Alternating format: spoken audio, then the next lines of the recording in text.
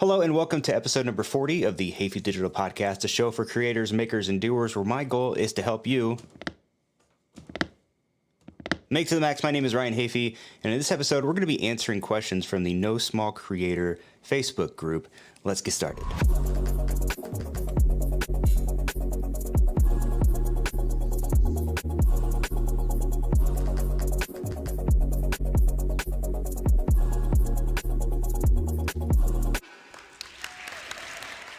Hello, welcome to the show, episode number 40, 12 episodes away from having been doing this 1 year every single week. Not gonna lie, I was this close to not doing an episode this week just because I've got an engagement tonight, which is going to take up the time that I would normally do the podcast. So we're doing it a little bit earlier in the day, but even this is a little bit cutting it close, let alone the fact that I was struggling to find a good topic today. So, but in the last second, I thought, you know what? The NoSmallCreator, and we'll talk about what NoSmallCreator is if you're not familiar, but the NoSmallCreator community is always posting great questions related to content creation and YouTube and all those types of things. So I figured I would take advantage of that and comb through some of the questions that people have posted and see, and answer some of the questions that I feel like I am qualified to answer. But first, of course, wherever you happen to be watching or listening, hit that subscribe button if you're not subscribed already, and be sure to follow me on social media at Ryan Hafey on Instagram and Twitter, and let's have a conversation once this is all over, because why not? Today, the beverage of the week is good old-fashioned orange Gatorade, and there are a few reasons why I'm drinking Gatorade today. Number one, I just feel a little bit low on electrolytes, feel like I need to stock up a little bit. Number two, the bubblies and the carbonated beverages are great, but to be honest, they just make me burp the whole time, and that's not really, good for audio in a lot of cases. But three, I had a conversation with my wife, who may be listening out in the kitchen right now, yesterday, and she says she doesn't like this flavor, and I think that the orange Gatorade flavor is underappreciated. So that's why I'm drinking it today, to shed some light on the fact that orange Gatorade is better than you think, or better than you remember if you haven't had one in a while. So we're going to be sipping on that today. Okay. Everything's looking good. All the stats, no drop frames. Internet connection is strong and on point today. We are streaming live, of course, across multiple networks, including Facebook, Twitter, Twitch, and YouTube. So welcome wherever you happen to be watching or listening from. Got to talk about the sound of the week. Of course, the sound of the week. Let's go. Last week's sound of the week was... And that's the sound of me putting on a camera lens in the dark. And the sound of the week this week is... See if you can guess what that sound is. If you are a traveling photographer or videographer, that sound may sound familiar to you. So I'll play it a couple more times. Give it some thought. If you think you know what it is, leave a comment wherever you are watching this video, and I will address it at the end of the episode. All right, so first, before we get into the main topic, got to talk about some updates, and I guess we really don't. There really wasn't much that happened this week. Well, there was a lot that's happened this week, but nothing really pertaining necessarily to what's going on here. Just a lot of work-related stuff, a lot of animal-related stuff, and, we've been catching up on a lot of appointments and things like that lately, eye doctors, and had to go to the DMV the other day and renew my license. So just a lot been going on. I did play a little bit with the D4 Duo, which is the new microphone offering from Deity. And this thing is really cool. I'm going to take off these little muffs here. It's got two dead cats that come with it, as I've mentioned before. And at some point, if I can stop being lazy, I'm going to do a full review on this thing because it's a cool little device. But the reason, again, as I've mentioned before, the reason it's so cool is because it records audio in both directions. So if you're one of those people like me who will occasionally, if I'm doing vlog style content, or let's say I'm, walking around the house or filming an event and I want my audio to be heard as well as whatever audio is going on in front of the camera, this will allow me to be able to record my own voice better than I was previously, versus having kind of that muffled sound when you're using just a single one-directional shotgun mic. So played a little bit, did a couple audio tests. The audio sounds fine. I mean, it's like a $90 mic, so you're not going to get super crazy professional quality sound out of it, but functionality wise and based on the sound that you get out of it, it's a good value in my opinion thus far, although I still need to put it through its paces and take it outside and put it under some different conditions, so I got to do that. But other than that, man, I think it's about it for the week. I will admit, I was going to go with a different topic today before I settled on answering NoSmallCreator questions. It was either going to be related around OBS and creating kind of just fun little effects that I can switch to live and kind of building those in real time, or the other one was going to be related to masks and like in Premiere and different ways that you can use masks. That one I think could be a lot of fun. I'm going to save that one for a future episode. But just kind of given how crazy things were this week, and given how little time I had to really put into planning into this episode, if I'm being honest, the subject that I ended up choosing will work out perfectly for this, and it will fit quite nicely. So what I figured I would do, I've got the NoSmallCreator Facebook page queued up here in Facebook, and we're just going to scroll down the page. We're going to look and see what some of these people have posted as questions, and we'll answer them. But before we do that, for those of you, again, who are not familiar with NoSmallCreator, basically it's a movement, you could call, started by Cody Warner, who is a YouTuber, overall just ball of energy. I think a lot of people originally came to find Cody based on his collaboration with Peter McKinnon. Cody did, I guess, a series of videos, if I remember correctly, just kind of like, trying to get Peter's attention, and the concept being, would Peter do a collaboration with a smaller creator, and got Peter's attention. Cody came out and they hung out and they filmed a bunch of content for a day, and that kind of springboarded Cody's YouTube career, if I'm getting that correct, and if I'm missing anything, I apologize. But yeah, he did daily vlogs for an entire year, which is not unprecedented, but it is incredibly impressive. I did daily vlogs for 30 days, and that was a very stressful experience. So good on him. But yeah, so he started this mindset, this movement called NoSmallCreator, which the concept is, whether you are a content creator with 100 subscribers or you have 1 million subscribers, if you're producing content, doesn't matter how much of a following you have, it's still a big feat. So there's no such thing as a small creator, because creation in and of itself takes a lot of time, it takes a lot of effort, and it doesn't matter what level of success you've achieved from it. Making stuff, creating stuff is not easy. So so he created a Facebook group. I believe he had a Discord and a couple other places where you could get involved. And if I remember correctly, it's a private Facebook. I mean, you can apply to join it, and most new creators get in, as far as I know. And then it's just a community of like-minded people. A lot of these people are creators with smaller audiences or newer creators are looking to kind of find their way, or maybe just pass some ideas between everyone and kind of get some feedback and things on stuff that they're making.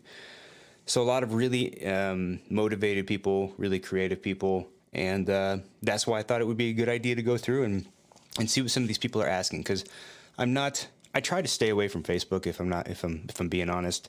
Facebook is just kind of like a political playground these days that I'm trying to avoid. But groups like these, where politics isn't part of the discussion, they can be fun to hang out in. I just haven't been as active on the Facebook page as I probably should be. So that's why we're doing it in this fashion and form here. So let me get another sip of the Gatorade, and then we're going to jump right in.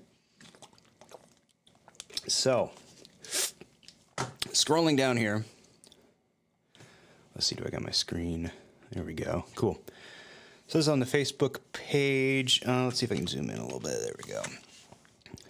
All right. So this question up here from Gordon Naldrit. Okay, you lovely lot. I'm looking for opinions and thoughts on channel names. When I started my channel, I went with what I thought was quirky and memorable, slightly humorous channel name. As it turns out, it's completely irrelevant for the direction I actually want to take my channel in.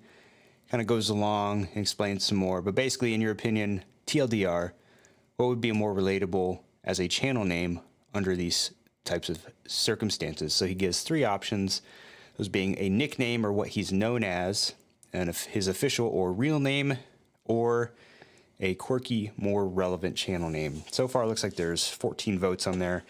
My thought, and I think, of course, there's always a place for having. Oh, there we go.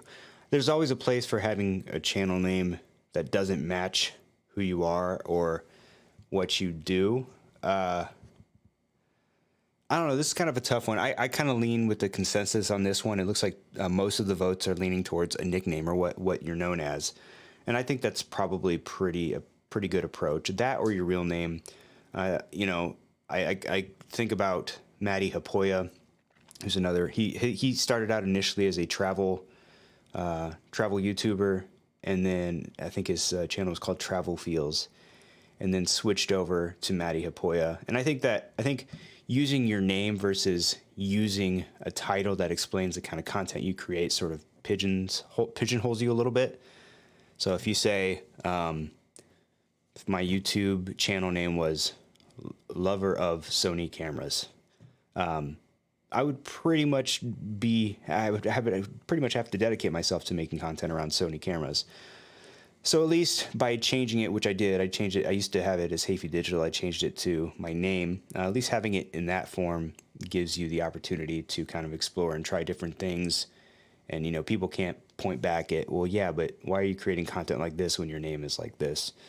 But yeah, I mean, if you have a nickname that you're commonly known as, if everyone in my life called me Hayful Nuts, which was actually a nickname of mine when I was in grade school, then maybe I'd call my channel Hayful Nuts. That's not so much the case anymore, but I'd say go with a nickname. Like, go with what you're most commonly known as. Let's move on. What do we got here? Someone's asking for feedback on a video. Hey, there's me. Bring this up. Oh yeah, I remember seeing this one. This is a good question. External hard drive. Should I buy a 1 terabyte SSD or a 4 terabyte regular external hard drive? Details: I need to get my video files off my laptop and start storing and editing from externals. I've noticed everything is slowing down. I currently have a 4 terabyte external and would like to get the files onto 2 externals. One to use and edit from and one as backup. So I need to purchase an additional hard drive. My budget's 150 or under. I can get another 4 to 5 terabyte external for around 100 or an SSD for 150. I know SSDs are superior, but I guess my question is, do I need to spend that extra money for this situation? The drives will rarely leave the house, and the most movement they'll probably see is from my office to the kitchen back.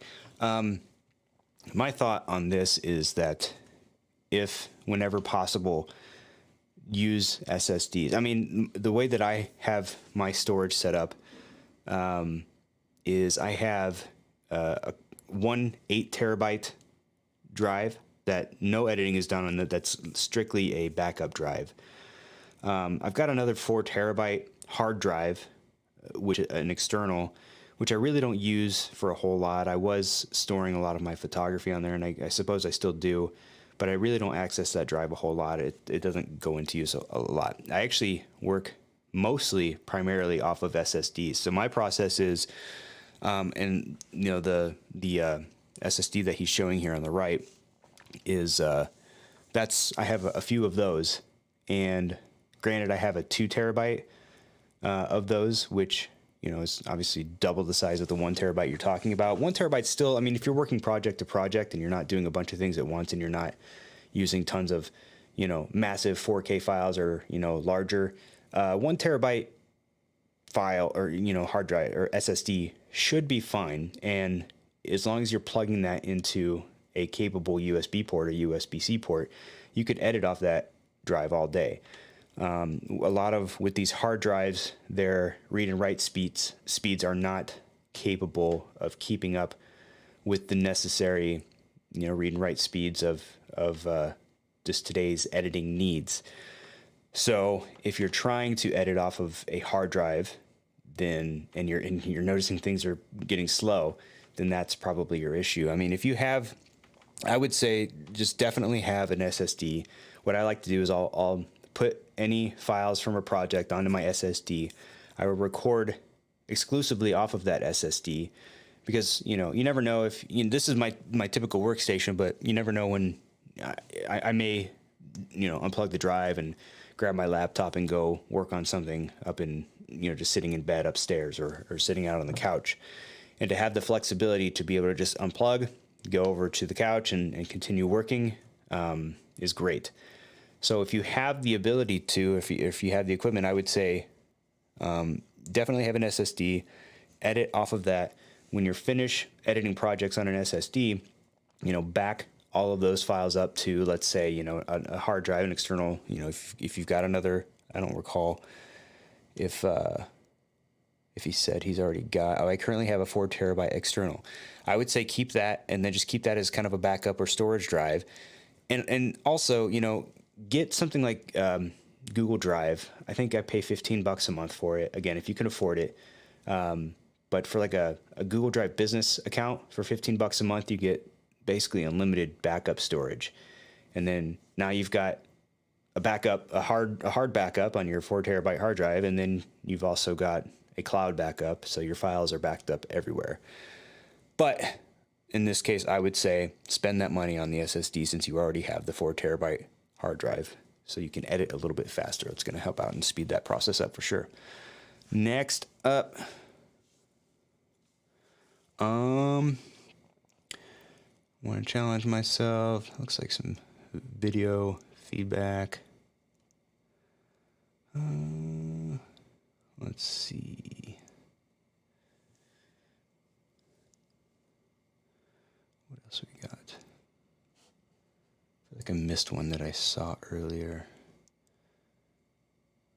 Are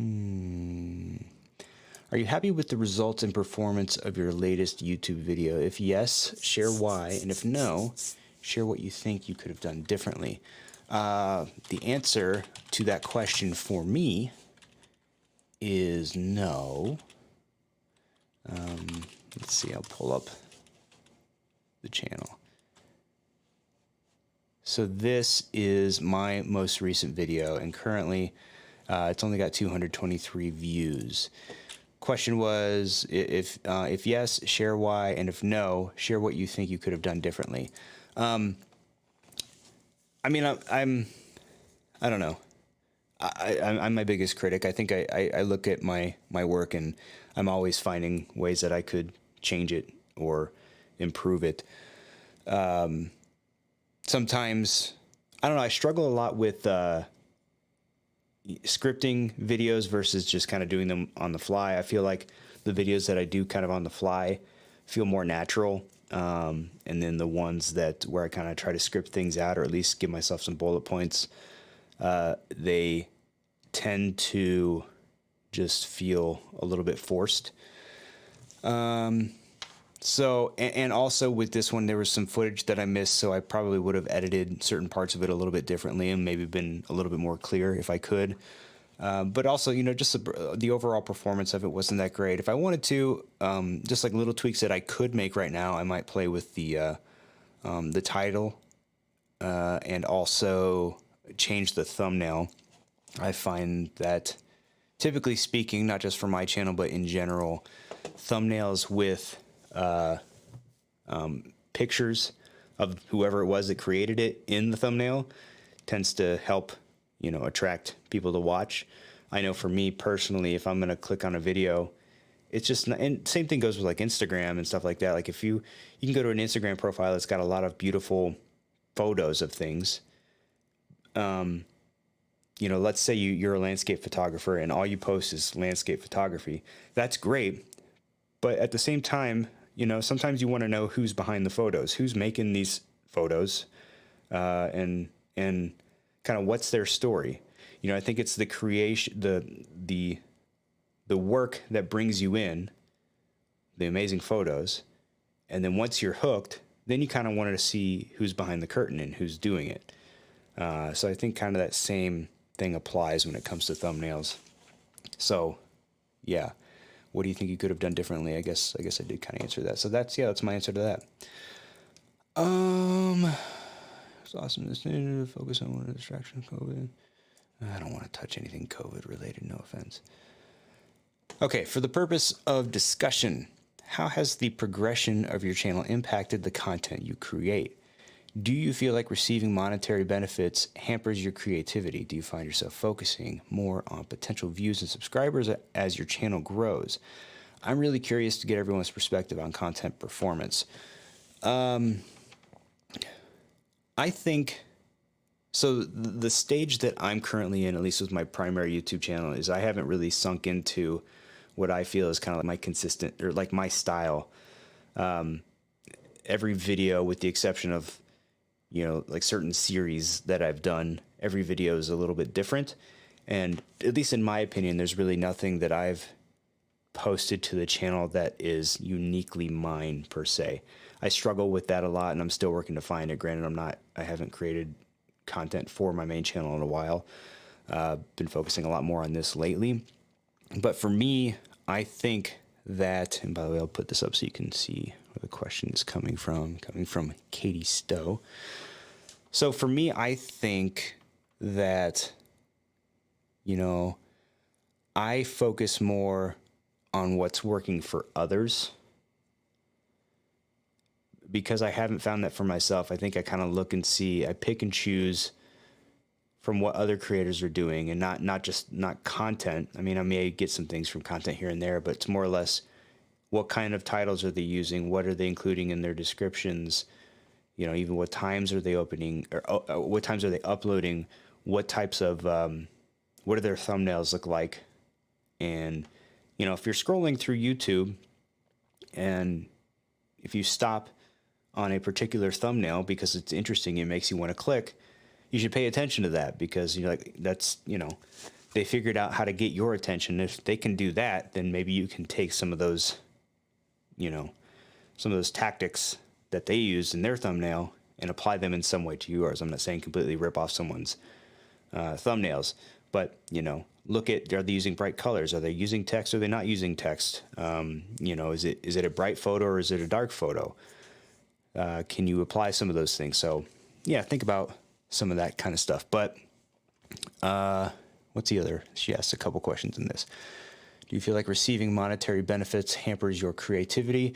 I really wouldn't know. I haven't done really any sponsored stuff yet. I did one kind of wireless mic review on this podcast, but I wasn't paid for that, and it wasn't a sponsorship. They just sent it for me to check out.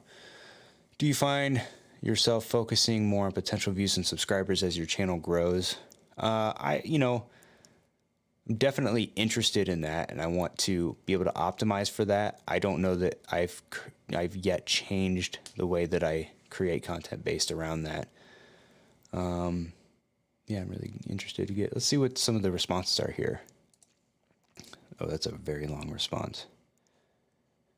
I started to teach others, and now I do it both to teach others and to make money. I think I've tried to make myself more of an expert, and I try to stay relatable.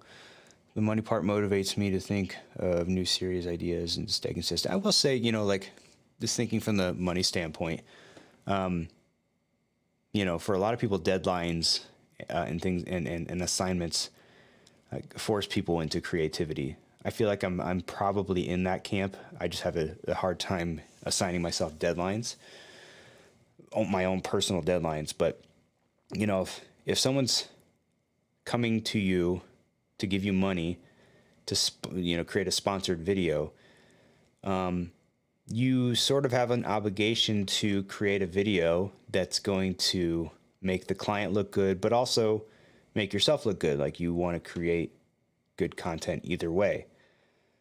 And if you slack off, and if you deliver something that, maybe the client just like kind of settles on and like, yeah, it's okay. Well, then you're not going to get, the chance of them returning to you for more sponsored content probably isn't going to be as good. You have to make stuff that the client's going to be happy with, and you also have to make stuff that that your audience is going to be happy with. So, whether or not you are super interested in it, or whatever it is that you're making for that video, I mean, you should at least find a way to make it to where it benefits you, it's going to benefit your client, and benefit your audience. So I would think, at least that's kind of how I would break it down. But again, take that for what it's worth, considering that I've never really done any sponsored content yet. All right. What we got next? I'm growing the beard out, and the mustache is getting long. It's holding on to some of the fluids. How long have I been doing this? Over 20 minutes. Randy Jackson says, not that Randy Jackson. Question for the group. I see some fairly large creators, Jared Polin as an example, that use very short media clips from movies, etc. for comic relief. All that material is copyrighted in some form or fashion. Is he getting rights to use the individual material from its respective owners, or is there some other mechanism that allows for it? That's a question I think that would be better posed to Mr. Polin, but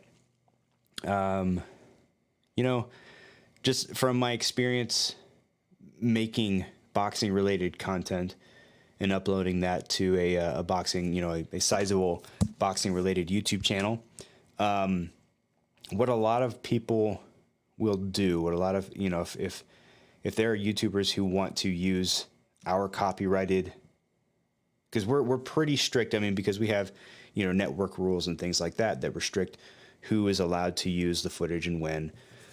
So naturally, if people are taking our footage and repurposing it, we don't want to do that, because there's just a lot of licensing that goes into it and all that kind of stuff. So what a lot of people will do is they'll take the content, the video, the broadcast footage, and they'll modify it a little bit. They might make it smaller, and then in the background they'll put some like graphics or something that make it harder for the YouTube content ID to find it and match it to yours.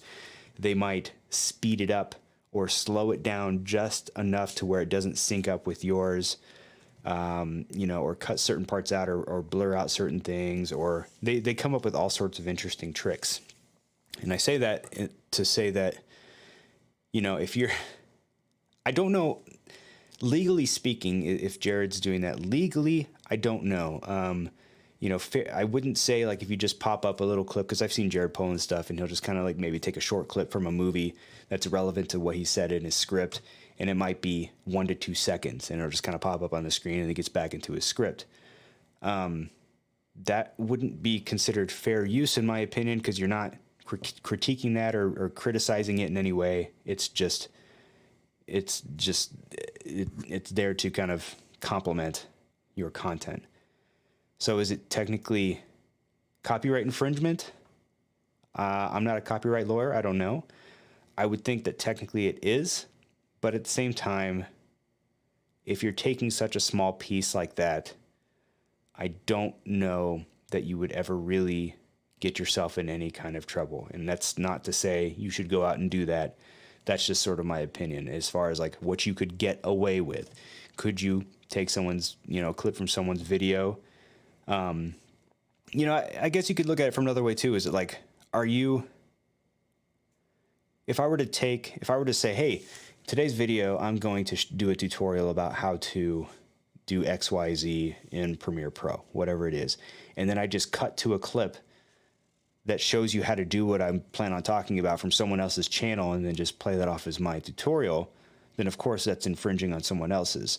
But, you know, or on the other hand, if you're talking about it and let's say you make a reference to someone else's tutorial on this roughly the same topic and you include a small clip there, I would think that that's usable because, you know, you're sort of complimenting it, or you could be using it as a critique of this other person's, so it may fall more into the realm of fair use. I would say if you're ever going to do that, though, reach out to whoever it is you're going to take the footage from and at least be like, hey, would you mind if I use this? And oftentimes people would just be like, yeah. In Jared Poland's case, if he's using things from large videos or like, you know, like big movie productions or things like that, I can't imagine that he's got the number of every, you know, Hollywood producer and can call him up and say, hey, can I use this clip from this movie? So, you know, I don't really know the answer for that. Let's see. One of the comments says, I edited for a YouTuber called The Right Opinion, and I would use content downloaded from YouTube that belonged to other people or free stock footage. I don't believe he has the rights to the YouTube ones, but he definitely always credited every single source material in the description and comment and added its links too. Yeah, so I guess, you know, if you're going to do that and if you're going to use for comedic effect, if it's super short and you leave, you know, if you credit it, leave links to it, I would have to imagine that in most cases you wouldn't run into any issues. So he's probably okay. But, you know, again, I don't know for sure. What else? More video feedback. This person says, this is Kel Simmons says, go back here. Okay, I'm ready to try something different. I'm ready to film my first action adventure video.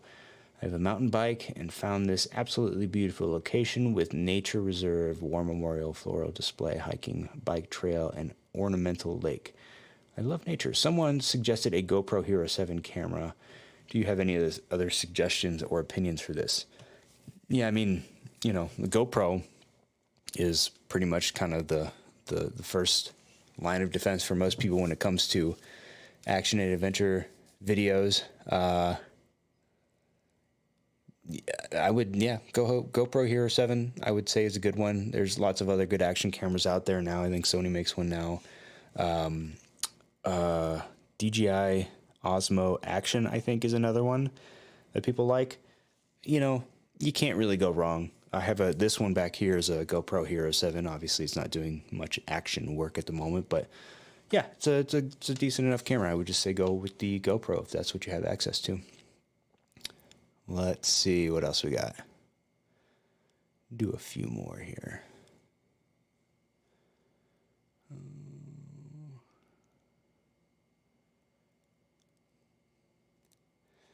This person posted, what questions do you have about starting or running a YouTube channel? Let's look at some of the comments here. Let's see. I am wondering when I should start contacting companies about doing reviews on their products. I'm not looking for free product, just the ability to get a product in my field, filmmaking, and talk about it on my channel, then return the product. My channel just turned a year old and I'm at 715 subscribers. I mean, look, you know, there's nothing wrong, in my opinion, with reaching out to companies at any level that you're at and just requesting it. I've done it a couple times, haven't been successful yet. Again, I don't have a huge audience, but you know, I reached out to Rode about this Rodecaster Pro. They actually responded and said that, well, no, but you know, I mean, you're not hurting anything, and you know, when you have less of an audience, you have to take that initiative because nobody's going to reach out to you, at least initially, until you really start getting some notoriety and growing that audience. Of course, if you have a bigger audience, it makes it easier to reach out to these companies and say, hey, here, look at what this is my audience. This is the kind of content I create. Would you be willing to send me something? And then, whatever. But I would just say, just do it. Like, if you send out 10 emails to 10 companies, you may get one or two that'll be like, yeah, all right, cool. We'll send you something to review on your channel. So my thoughts there are just do it. More video feedback. Let's see. Let's find one more good one.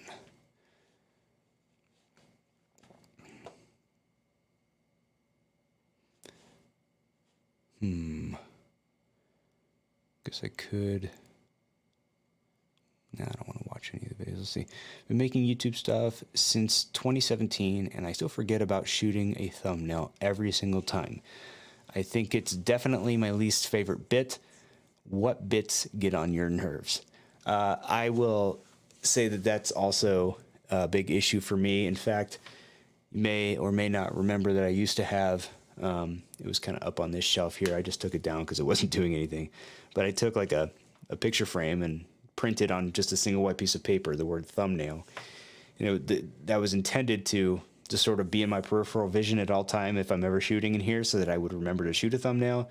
And then I would finish a project, and then I would realize that I didn't shoot one and would have to backtrack or pull something from a frame of the video or something like that, which is not optimal. So yeah, that definitely gets on my nerves. There's so many things though that can go wrong when you're shooting a video. The other day I was just in an attempt to try to get myself back in the groove of using the camera more. I just did a little like video journal, and I recorded for a good 11 and a half minutes and then put the audio in the computer, and I was using the Rode Video Mic Go or Video Micro. I can't remember the difference, but I don't know what there was some sort of wonky connection, and there was a very light mic feedback throughout the entire clip. You can still hear what I was saying, but the clip was essentially ruined because this audio, and I could see, you couldn't really see it in the audio meter because it was so quiet, but it was definitely noticeable. So just little things like that where, audio issues, white balance, if you film something with the white balance off for the entire time, that's a pain in the ass. What was the one I was just thinking of? Focus. Like if, I talked last week about one of the customizations you can do with the Sony a7 III if you have one of Sony's lenses that has a little button on it, or even if it doesn't, if you just want to use it on the body, but the ability to quickly switch back and forth from manual to automatic focus by just pressing a button. You can set that customization up. Problem is, it's like, oh shoot, I got to grab this clip, and you just pick up your camera and hit record, it may not be immediately apparent whether or not you're in auto focus or manual focus. And there's been clips that I've definitely ruined because I was in manual focus and I was not in focus in the clip. And all that stuff just takes time and practice. Just every time you pick up your camera, okay, is my focus on point? Is my white balance on point? How's my exposure looking? Is my shutter speed where I want it to be? You have to, if you're a run and gun shooter especially, you have to make all of those decisions very quickly, and it's very easy to forget something or overlook something, and then you just get really frustrated at the end of it. So anyway, I think that's a good place to stop with the questions. Some good questions there. If you are a new creator and you're looking for a community where you can kind of just hang out with like-minded people, get some feedback from people, share some of your work, get some feedback from some of your work, check it out. There is a link in the description of this video to that Facebook page if you want to see more of it. I also should probably put Cody Warner's YouTube channel link in the description as well, so I will do that after this show. But before we go, of course, we got to reveal the sound of the week. The sound of the week this week was, and like I said in the beginning, if you travel a lot or if you have a lot of cases for all of your gear, you may recognize that sound as the sound you hear when you close the clasps on your beloved Pelican case. So that was me closing two clasps at the same time on a big. I don't actually have a Pelican case. It's like Apache.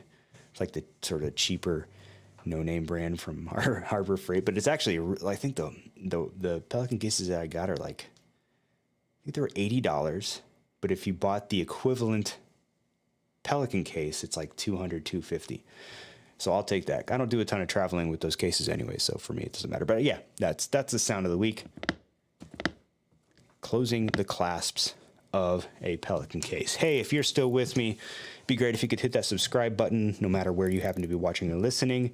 And be sure to follow me on social media at Ryan Hafey on Instagram and Twitter. Let's have a conversation when this is all said and done. But for now, I'm going to go ahead and call this one quits. So keep on creating, making, and doing. Thanks for watching. Thanks for listening. And we will see you in the next one. Bye-bye.